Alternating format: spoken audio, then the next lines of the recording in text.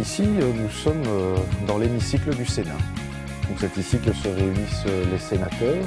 Alors je siège là en face, qui est le carré où siège le groupe PS, qui est fort de 13 sénateurs. Vous avez le chef de groupe, Philippe Mahou, qui siège là. Et puis alors, moi je siège derrière, selon un ordre protocolaire dont j'ignore toutes les subtilités, mais qui tiennent certainement au fait que je suis d'une part sénateur coopté, et puis surtout que je suis l'un des moins anciens sénateurs, et donc par voie de conséquence, c'est ici que je siège. Voilà. Je suis juriste, j'ai fait le droit et puis après ma licence en droit, j'ai fait une spécialisation en droit économique et fiscal. Mon domaine de prédilection, c'est tout ce qui concerne le droit des impôts, le droit de la fiscalité. Et mes convictions, bien entendu, ont toujours été de gauche et j'ai toujours été socialiste. Et au fond, mes premiers choix politiques comme électeur se sont toujours portés sur le Parti socialiste. Et puis, j'ai été proposé à la désignation comme sénateur coopté en 2010. Dans l'intervalle, je suis devenu aussi conseiller communal PS à Kuckelberg. Ce qui me plaît en politique, c'est la capacité de faire évoluer la société dans le sens des valeurs auxquelles on croit. Les valeurs auxquelles je crois, ce sont des valeurs de justice, de solidarité, alors justice sociale, justice économique, justice tout court au fond, de liberté effective, de faire en sorte que chacun soit accepté comme il est, pour pouvoir évoluer dans une société au fond où chacun s'enrichit par ses différences, par ce qu'il apporte à la société. Et donc, autrement dit, je crois beaucoup à l'idée qu'il y a en chacun de nous quelque chose de positif qui demande à pouvoir se développer. Et alors, pour cela, il faut mettre en place les cadres sociaux, économiques, qui rendent possible, au fond, l'émergence de tous ces talents portés par chacun d'entre nous. Et ça, c'est tout l'enjeu de ce qu'on appelle la cohésion sociale. C'est faire en sorte que personne ne soit laissé au bord du chemin, que chacun puisse évoluer dans un cadre de vie, du logement, l'école, les loisirs, le sport, la culture, qui soit le plus épanouissant possible. Tout cela a un coût et il faut le financer.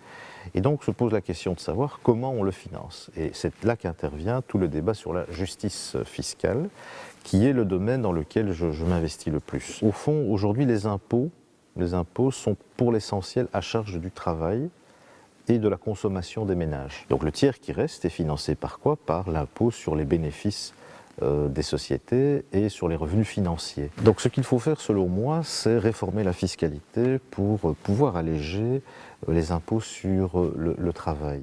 Il faut se rendre compte qu'aujourd'hui en Belgique, quelqu'un qui a un salaire de 30-40 000 euros par an va payer 10 à 12 000 euros d'impôts, c'est beaucoup.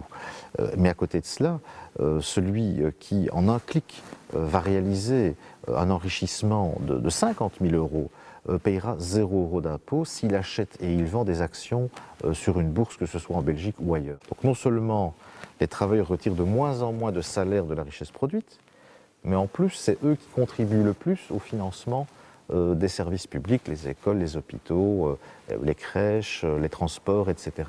Donc il faut pouvoir agir sur ces deux grands déséquilibres, faire en sorte que les travailleurs retirent plus de la production de richesse sous forme de salaire, et deuxièmement, faire en sorte que l'on mette à contribution d'autres sources de revenus que les revenus du travail pour financer les services publics.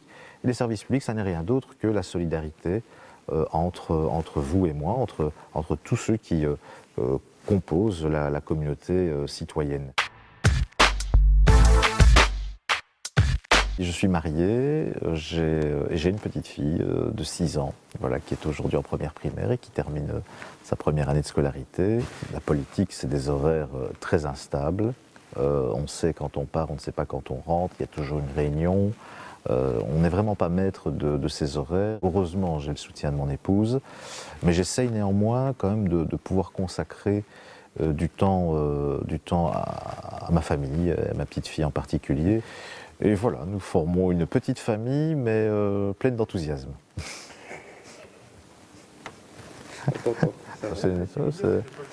Non, c'est vrai, mais c'est pardon. Non, je veux dire ça. On pourrait dire une petite famille, on s'ennuie, etc. En fait, pas du tout. Il se passe toujours quelque chose. Donc, voilà.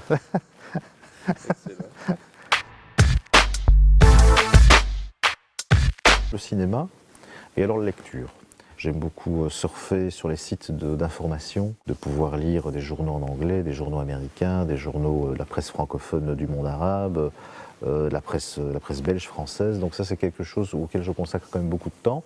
On a acheté des vélos l'année passée et on en a bien profité puisqu'on fait le tour des circuits Ravel. Quand vous êtes avec des enfants, ben, c'est un petit circuit. Sinon, il y a des personnes qui font plusieurs dizaines de kilomètres à partir d'un circuit Ravel. Et alors, c'est jalonné d'étapes où vous pouvez vous rafraîchir à un moment donné, manger un petit sandwich, etc.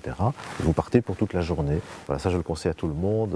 Si vous cherchez un loisir pour un petit peu vous exercer, investissez dans un vélo. Il y en a qui sont de bonne qualité et pas chers. Et puis vous faites le chemin inverse et ça vous prend une journée.